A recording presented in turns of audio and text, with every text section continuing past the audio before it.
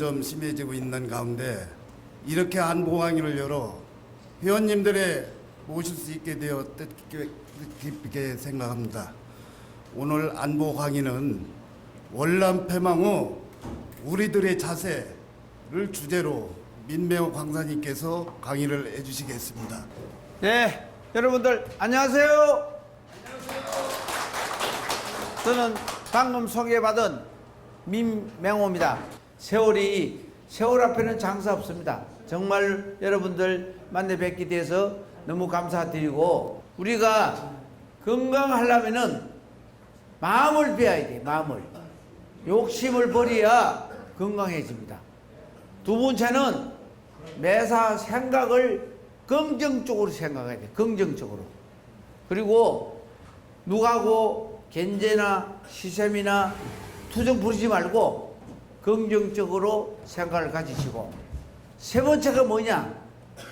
골고루 음식을 적당하게 드시고 꼭 운동을 내 깜냥대로 하루 뭐 3kg가 좋고 5kg도 좋고 능력대로 꼭 걸으십시오. 걸으시고 꼭 밤에 주무시고 아침 일 날 때에는 뭐 건강하다고 해서 바로 바짝 일어나지 마시고 꾸물떡 해가지고 내 몸에 어느 정도 좀 균형을 잡을 수 있도록 흔들어 주십시오. 그래가지고 천천히 일어나시고 나서 며느리나 부인이나 본인이 당사자가 아침에 따뜻한 물로 한 컵 정도 드십시오. 공복에. 그걸 시행을 하면은 아주 건강에 좋습니다. 여러분들은 지금 청석 대한민국을 다 준다 그래도 돌아가시면 뭐가 필요했어요? 아무것도 필요 없지. 여러분들 제주도 절반 떼 드릴 테니까 돌아가실 사람 손들으라면 없을 거야. 제주도를 다 받아본들 뭐합니까? 그래서 건강이 최고다. 건강을 하려면은 요 세 가지만 잘 지키면 되겠습니다. 그래서 저 본론을 마치고 이제 강의로 들어가도록 하겠습니다.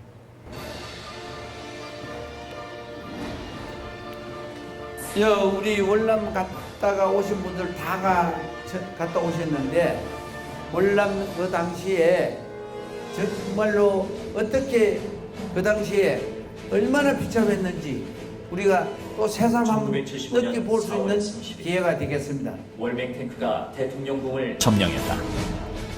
월남의 수도인 사이공이 완전히 함락되고 자유월남은 패망을 한 것이다.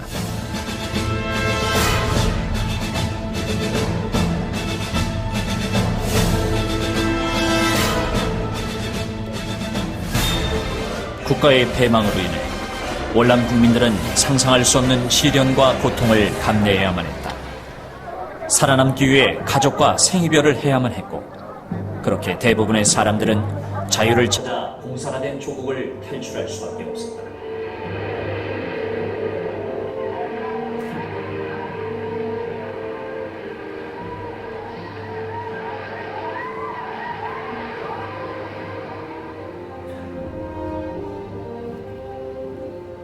베트남의 국호는 베트남 사회주의 공화국으로 바뀌었다. 국기와 수도도 북부 베트남의 것으로 결정되었다. 공산화된 베트남 정부가 제일 먼저 한 일은 무자비한 정치적 숙청이었다.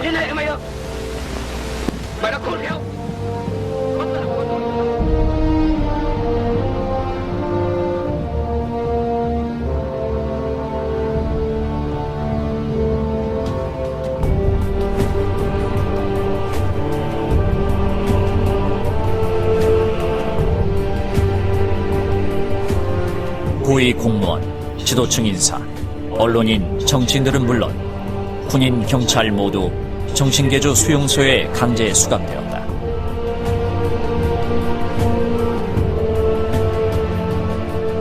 교도소, 월남군 부대 시설 등을 개조한 이곳에서 1980년대 중반까지 최소 100만 명이 넘는 무고한 사람들이 사상 개조를 명목으로 처형당하거나 숙청당했다. 특히 월남 정부 하에서 반정부, 반체제 운동에 앞장서거나 월맹에 적극 협조했던 교수, 종교인, 학생, 민주 인사들조차 예외 없이 처형되거나 투옥되었다.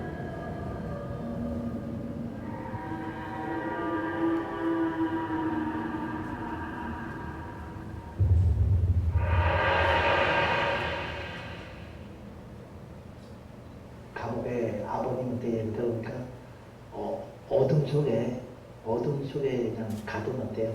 어둡게. 그리고 가끔마다 풀리면 햇빛도 안 보이는데 보기 힘들다고 그 정도.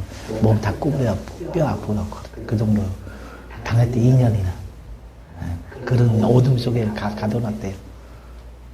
감옥인가 모르겠는데 하여튼 혼자만 그 어둠 속에 있대요. 구국 평화회복 및 반부패 운동단체를 결성해 반정부 활동에 앞장섰던 승려 틱직구왕은 일명 호랑이 우리라고 불리는 비좁은 칸막이 속에 오랜 기간 갇혀 이 여자세를 이게 이제 월남에서 집행했던 그 행무소 생활입니다. 저기 호랑이 굴이라는 이 굴에서는 정신개조 목적으로 손목하고 발목을 딱 앉혀놓고 수갑을 채우는데 그렇게 이틀만 앉혀놔도요 여러분들 절대 풀어도 빨리 못 뛰어갑니다. 몸이 굳어가지고 절대로 못 뛰어가는 이 자세로 깜빵에서 캄캄하게 해가지고 앉혀놓는 거야. 자 진행해요. 이 호랑이 굴이라는 감옥소입니다. 비참하죠. 천주교 사제들과 신도들의 반전투쟁을 유도하며 정보 방첩기관 무력화에 앞장섰던 찬틴 신부 또한 감옥살이를 면치 못했다. 다른 반정부 지도자들도 강제 수감되어 머리를 강제 삭발시켜 머리털을 물에 타 마시게 하는 등 각종 고문을 피할 수 없었다.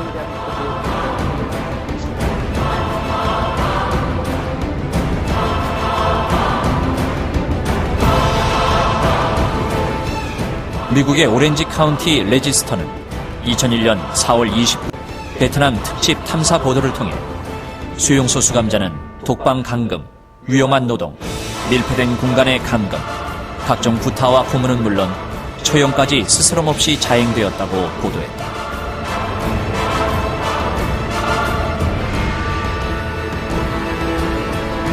오렌지 카운티는 이 보도를 통해 정신개조 수용소에는 100만 명 정도의 사람들이 공식 절차 없이 강제 투옥되었고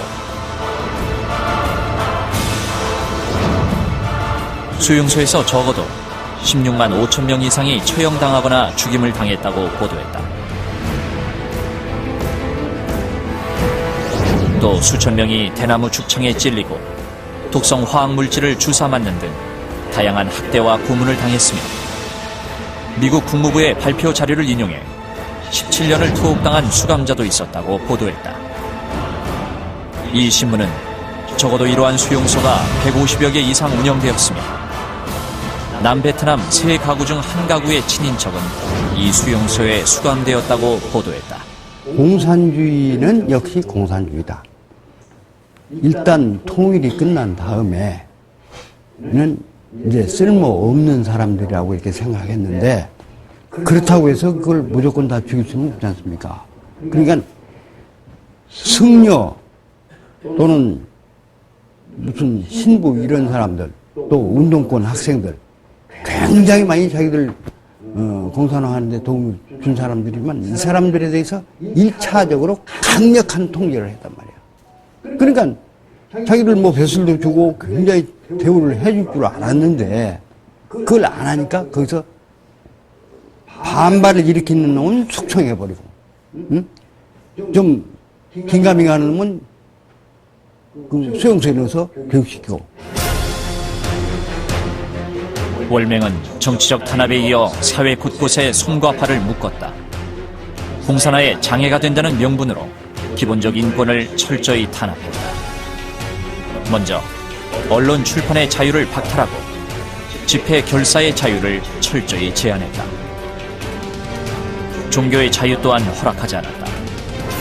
종교단체를 모든 사회단체의 상위 조직인 베트남 조국 전선 산하에 강제로 편입시키고 종교계의 신문과 잡지 발간을 정지시키는 등 사회 활동을 금지시켰다.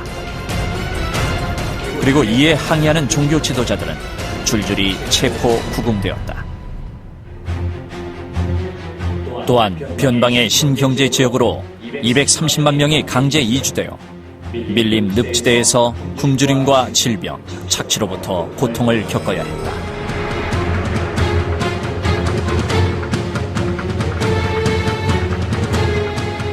통일 전 월남의 수도 사이공시 명칭을 호치민시로 바꾸고 거리 이름도 변경했다. 과거 남부사회의 흔적을 지우기 위해 월맹 혁명가들과 관련 있는 이름으로 대체한 것이다.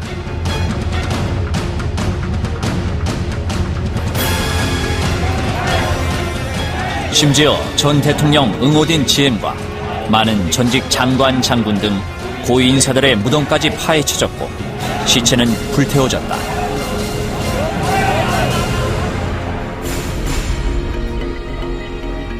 또한 자유시장 경제 체제를 해체하고 공산 사회주의식 통제 경제로 강제 전환했다. 먼저 500대 1로 화폐 개혁을 단행하여 개인이 쌓아올린 모든 재산을 몰수했다.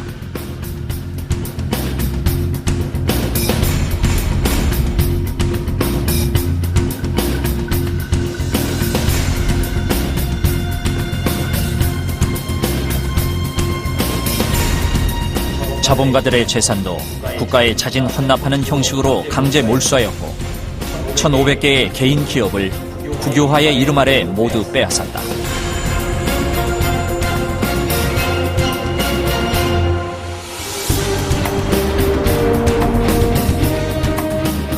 농민들의 토지는 물론 농기계, 가축까지 몰수하여 집단 농장화하고 공동 생산 배급제로 강제 전환했다.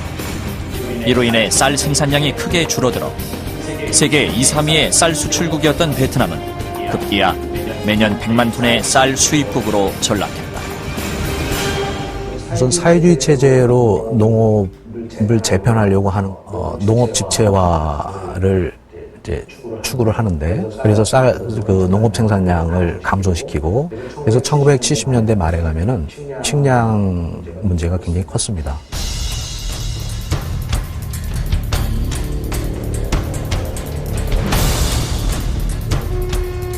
통일 베트남 공산당 총비서 레드완은 1976년 개원 국회에서 조국을 10배 더 크고 10배 더 아름답게 만들 것이라고 장담했다.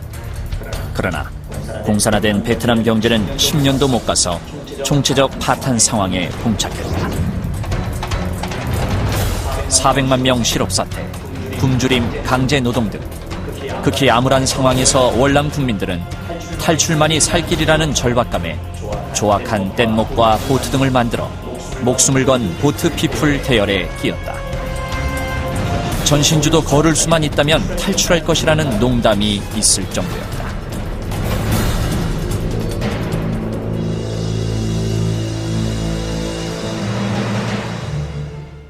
예, 우리 월남 패망의 교훈은 사실 국가 간 안보관이 흐트러지면은 나라도 금방 망가진다. 월남하고 월맹하고 인구 격차가 그 당시에 월맹이 500만 명, 월남이 2천만 명, 4분의 1밖에 안 되는 인구가 2천만을 함락시키고, 지금 월남에서 제일 많이 그 당시에 외쳤던 소리는 미군 빨리 철수해달라. 미군을 빨리 철수해 주고 우리 동족 간에 대화로 풀겠다고 허위로 유언비어를 만들어서 유포하고 이래가지고 언론 장악을 하면서 우리 미군 철수 딱 하고 나서 2년 만에 적화 통일됐습니다. 미국이 철수하고 나서 적화 통일됐다. 그래서 우리 이제 월남의 그 전략을 한번 보면은 월남 정부와 월남군 총사령부에서 이루어지는 극비 회의 내용이 단 하루면 캄보디아 국경선 근처의 행정부 청사에 보고되었다 합니다. 그러니까 월남 국민하고 월남 정치인들하고 이런 관계자들이 월맹하고 한 통속이 되어 있는 거야. 그래서 월맹 임시정부 법무부 장관 종류탄이라는 정원입니다. 그래 월남 간첩들을 보면은 중틴주 이분이 법무부 장관 야당 대선 후보야. 이 사람이 창반만이라는 4.20 경찰 장관도 월맹하고 이중 불회를 한 거야. 야당 대선 후보도 간첩이었고 경찰 장관도 간첩이었고 그리고 또 도지사도 간첩이었고 또 공군 대위도 장교도 간첩이었고 이러니 월남에서 일어나는 모든 작전 사항을 하루면은 월맹이 다 입수하는 정도로 신속하게 정보가 누출됐다. 그래서 팜슈안 당시 뉴욕 기자가 말하기를 정보기관 최고 책임자인 친척을 이용 50여 개에 걸쳐 핵심 군사 정보를 월맹에 넘겼다. 이렇게 월남의 간첩들은 활동을 엄청나게 했습니다. 그리고 이 중티주 이 양반이 야당 대표라고 그랬죠. 야당 대선 후보. 동족 상간의 전쟁에서 이렇게 허세를 부린 거예요. 동족 상장의 전쟁에서 시체에 쌓여 산을 이루고 있다. 우리 조상이 외세를 끌어들여 예고 구인을 끌어들여 동족끼리 피를 흘리는 모습을 하늘에서 내려다보며 얼마나 슬퍼하겠는가. 월맹과 대화를 통해 얼마든지 협상이 가능하다고 외쳤던 야당 대선 후보입니다. 이 양반이 대선 후보였는데 이렇게 허위를 하면서 국민들을 해유시킨 거죠. 그런데 이제 월남이 패망하면서 많은 사람들이 피난을 가려고 정말로 무진장에 애를 썼지만도 가지 못한 사람도 이렇게 비참하게 많이 남았다.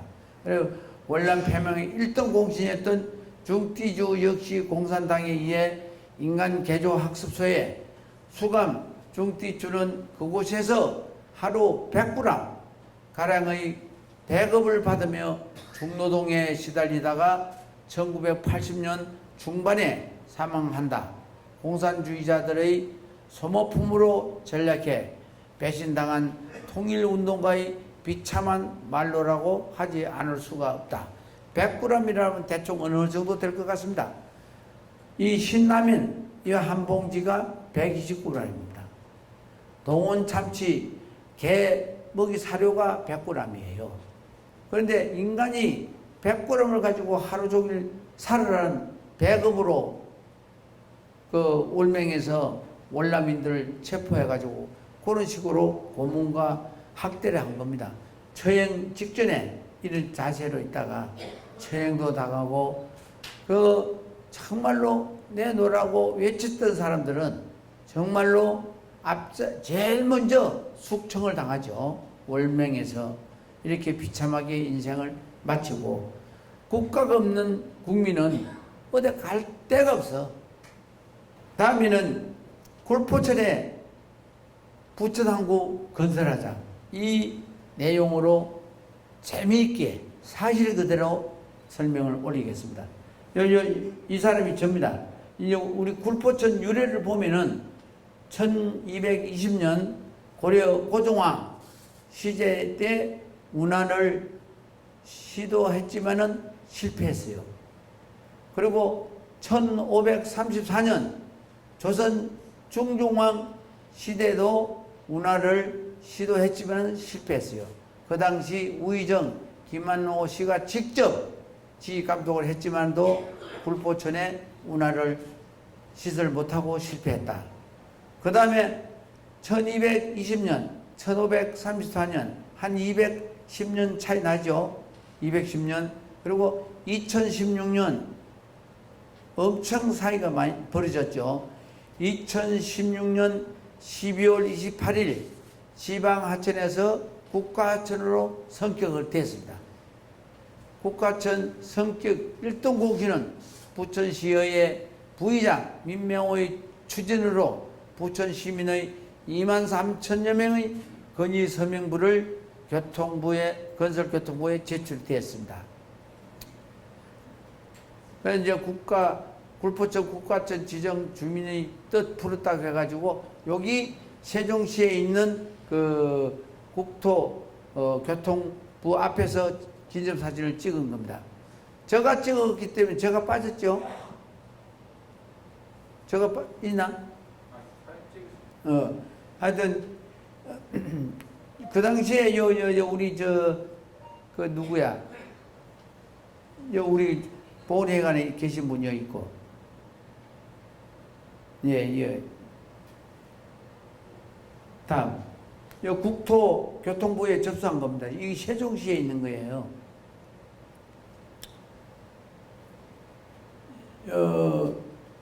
2016년도 국가천으로 성격됐고 2019년 4월 15일 굴포천 환경시민연합이 설립이 되었습니다. 그 뒤를 이어서 2021년 7월 7일 굴포천 부천항구 건설 제시도를 시작했습니다. 그 당시에 21년도 7월 7일 그 설립하고 제시도할 때 총 감사가 누구시냐? 차효문 감사님. 차효문 감사님 이름 써봐요. 박수 한번 쳐주십시오. 우리 사인공경 회장님도 오랫동안 하셨죠. 하시는 사이에 21년도에 굴포천 부천항구 건설을 제시도에 감사로 계셨고, 또 박상근, 또 여러 우리 보훈회관의 회장님들이 다 동참을 했습니다. 그래서 지금은 이제 이게 우리가 1220년하고 21년도 연도를 합산을 해보니까 801년이 걸렸어요. 801년. 근데 801년이 걸린 기간에 굴포천에 대해서는 방치가 되어 있었다. 썩은 악취와 그 뻘로 차가 있는데 그것이 이제 곧 좋아질 걸로 전망이 됩니다. 다음 돌려. 그래서 이제 굴포천 해랑을 보면은 하천 연장은 총 15.3km 정도입니다. 그리고 이제 이 강대단체 그 연결되어 있는 구역이 어디냐? 부천이 5.5km, 김포가 3.4km, 인천의 부평이 4.8km, 계양이 6.6km, 강서가 0.3km, 이렇게 해가지고 15.3km의 총 지장인데 제일 상류는 부평구예요. 부평구 천마산에서부터 시작해가지고 지금 우리 경인 아래백길까지 총 15.3km가 시설이 되어 있습니다. 그런데 왜 우리가 그 굴포천에 뻘이 3m 쌓였냐면은 경인 운하가 바닷물이다 보니까 깨끗하거든요. 그 깨끗한 물에 뻘이 들어가지 못하게 우리 구렘부라는 장관 이걸 물속에 뚝을 막아놨어. 물속에. 왜 뚝을 막았냐? 굴포천에 뻘을 들어오지 못하게 유수 정체해가지고 뻘이 쌓이게 해놨어요. 그 이제 경인운하 문을 깨끗하게 만들기 위해서 구렘불을 물속에 뚝을 높이가 3m예요. 3m를 쌓아놨기 때문에 우리 굴포천에는 3m 뻘이 쌓여가 있습니다. 다음. 그래서 우리 굴포천 이 해당 지도를 한번 보면은 우리 부천시가 이렇게 가지색으로 이렇게 색이 됐죠. 여기 이제 부천시 5.5km가 되겠습니다.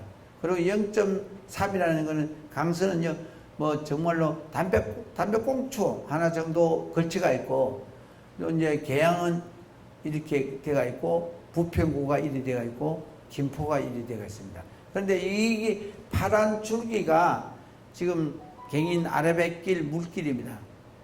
갱인 아래뱃길 물길은 저 인천 앞바다하고 연결돼가 있고 한강하고도 연결됩니다. 그런데 이제 구렘부라는 거, 물속의 뚝을 어디 막았냐? 여기 막았어요.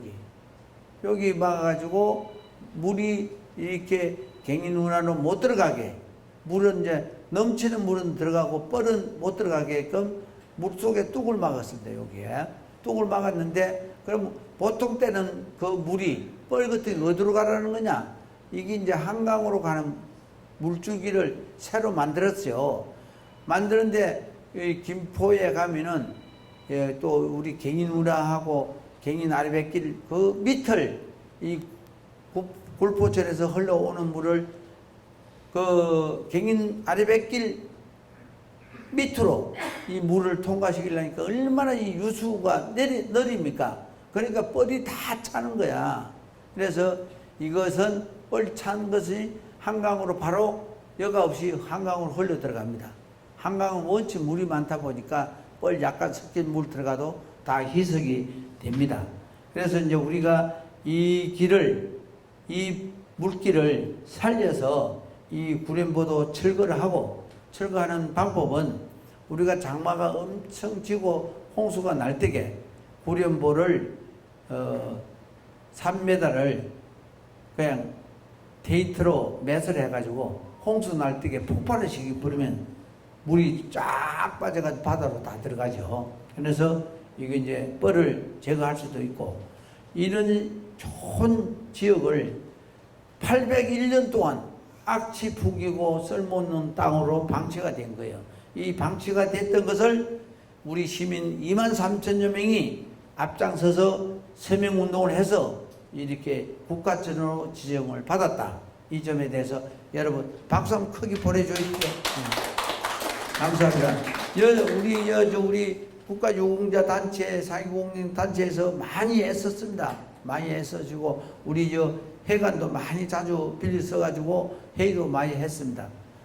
그래, 이제 이분이 여러분들 조용희 시장입니다. 또 이분은 국민의당 서영석 씨인데, 이분이 선거에 패배해가지고 그냥 뇌졸중이 와가지고 지금 병원에 입원하고 있어요. 참 가슴 아픈 일입니다. 그래서 이 선거에 무엇이든지 일에 대해서 실패하게 되면은 받는 스타일이 피해감이 엄청 크기 때문에 이 서영석 후보님이 지금 병원에 입원하고 계신다는 걸 알고 계십시오. 제가 요 민명호입니다. 이 양반이 김인규. 지금 이 양반은 구점자라고 시의원 지금 재선 당선된 분입니다. 그래서 이 우리가 굴포천에 이 무화나무 식재를 해마다 합니다. 무화꽃이 많이 피었습니다. 굴포천에. 예, 다시.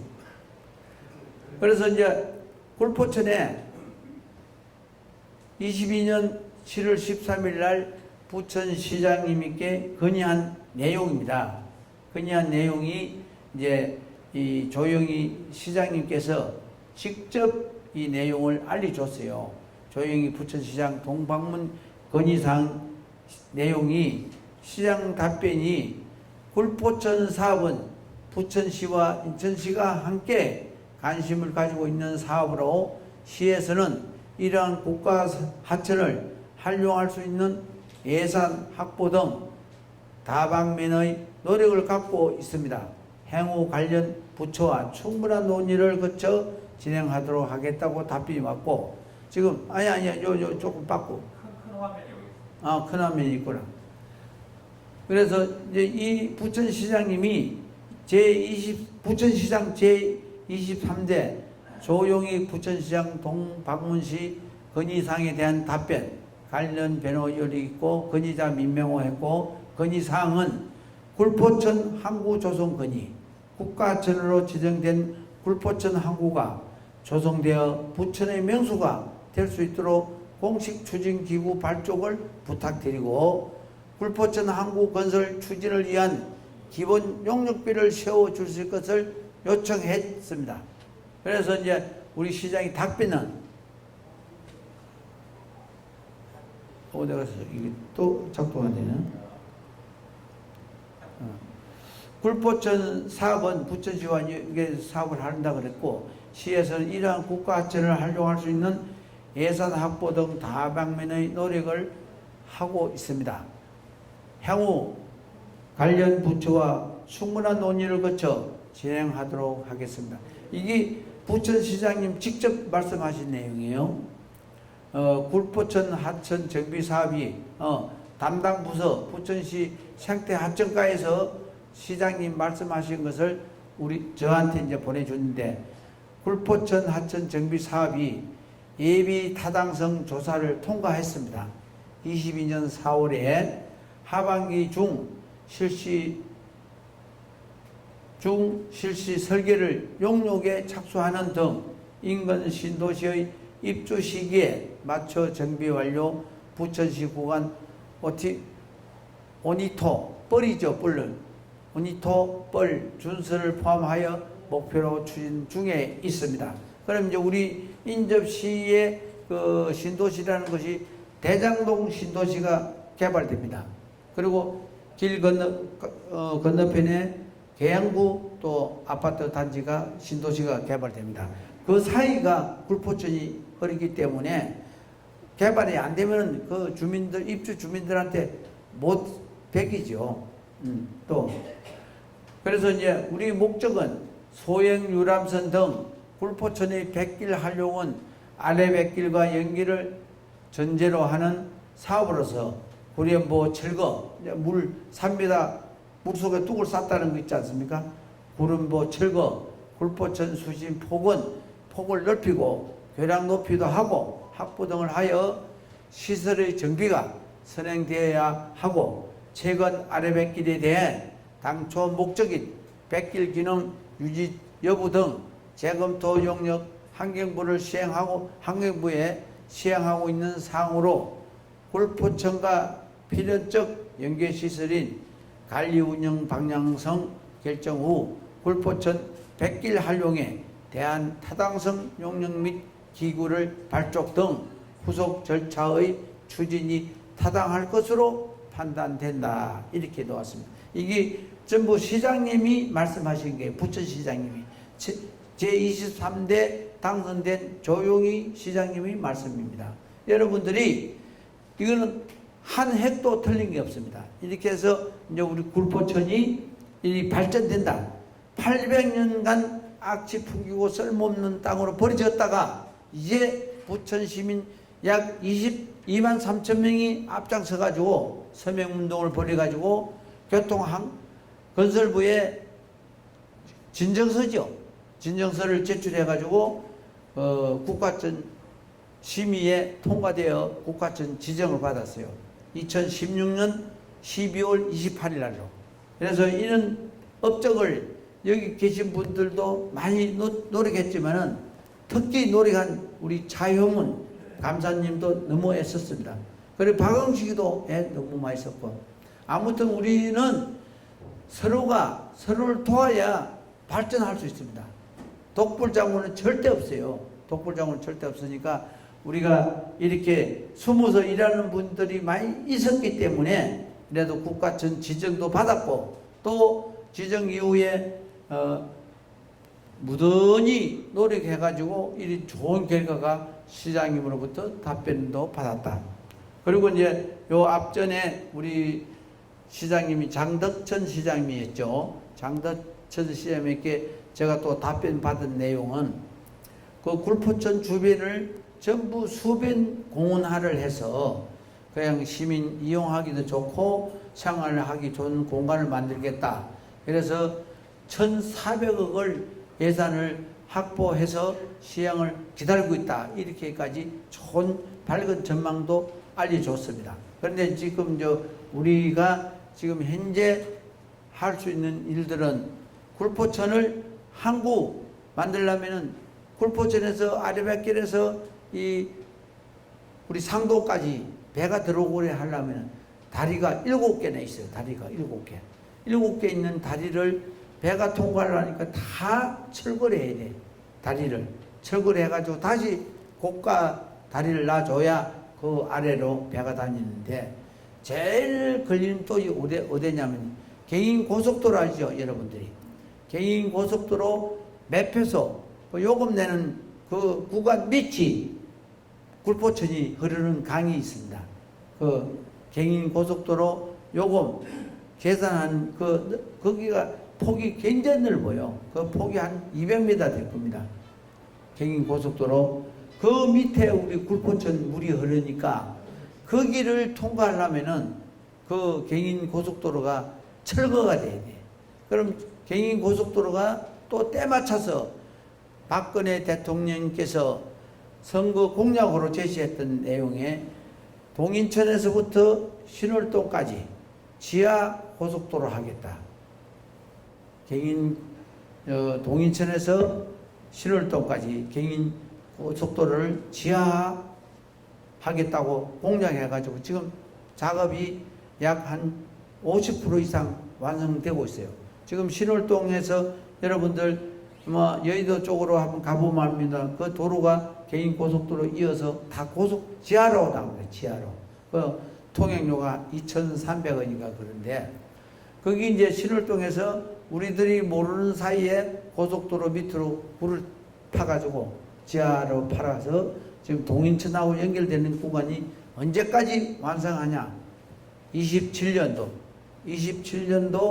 12월까지는 완성 목표를 두고 있어요. 개인 고속도로가 지하화가 된다.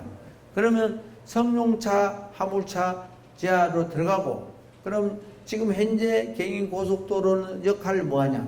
지방도로가 되겠죠. 지방도로로 축소해서 이제 지방도로를 이용하게 하고, 그걸 고가도로를 놔주면은 그 당시는 이제 배가 다닌다. 그럼 27년, 지금 22년, 그러면 약 5년 남았잖아요. 5년 후면은 개인 고속도로도 지하화로 통과된다.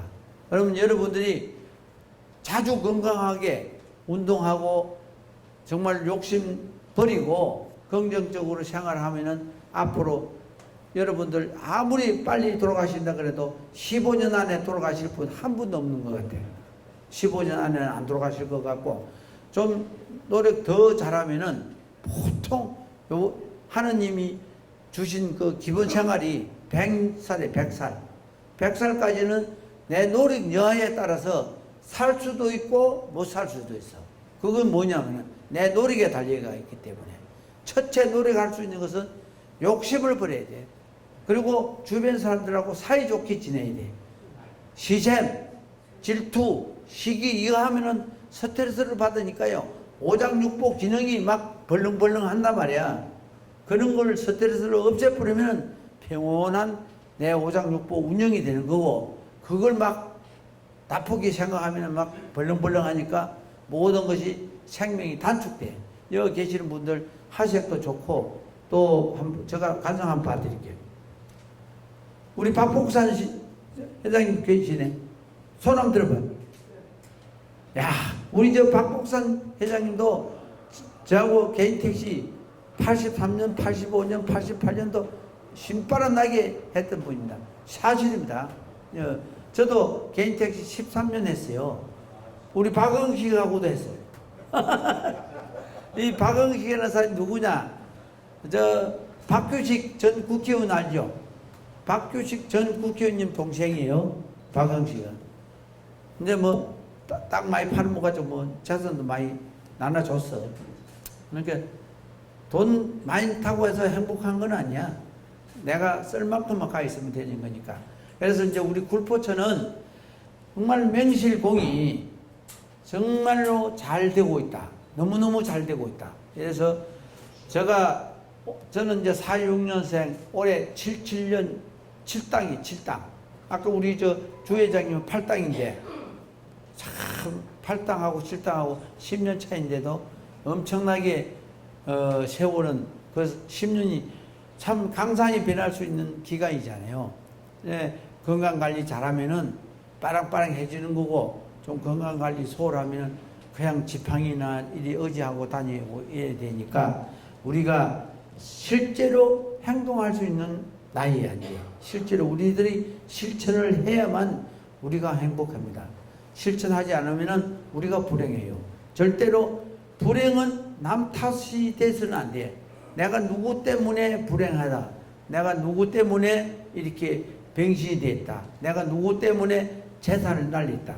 모든 것은 다 내 책임이야. 내가 소홀했기 때문에 그런 현상이 온 거지. 내가 정확하고 잘 챙기면은 남 핑계 댈 이유가 하나도 없잖아요. 그래서 여러분들께서도 백수 정말로 보장을 받아야 돼. 보장 받으려면 어떻게 해야 되냐? 내가 행동을 정확하게 해야 된다. 정확하게 하는 것은 좀 전에도 말씀드렸습니다만 세 가지만 잘하면 돼. 세 가지. 첫째는 욕심을 버려야 돼. 욕심을 버려야 돼. 아들, 큰아들, 손자, 이거면 다 내하고 관계없는 일이야.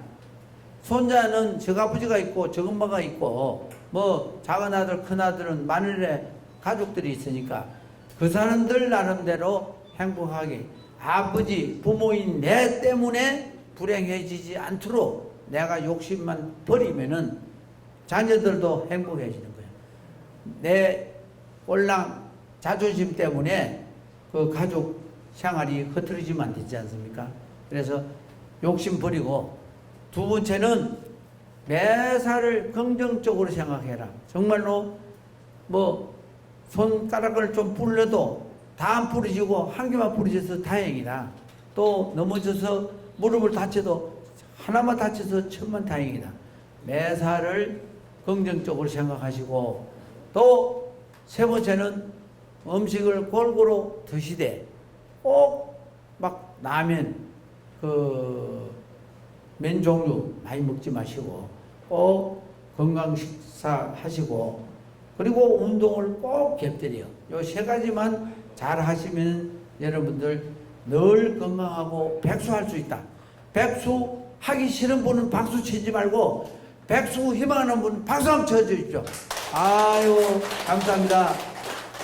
사실 이 백수는 다 희망합니다. 그래서 여러분들 끝까지 백수 하셔가지고 행복한 나날이 지속되기를 기원하면서 우리 다시 웃는 얼굴 뵐 때까지 건강하기를 바라면서 이걸로 마치겠습니다. 대단히 감사합니다.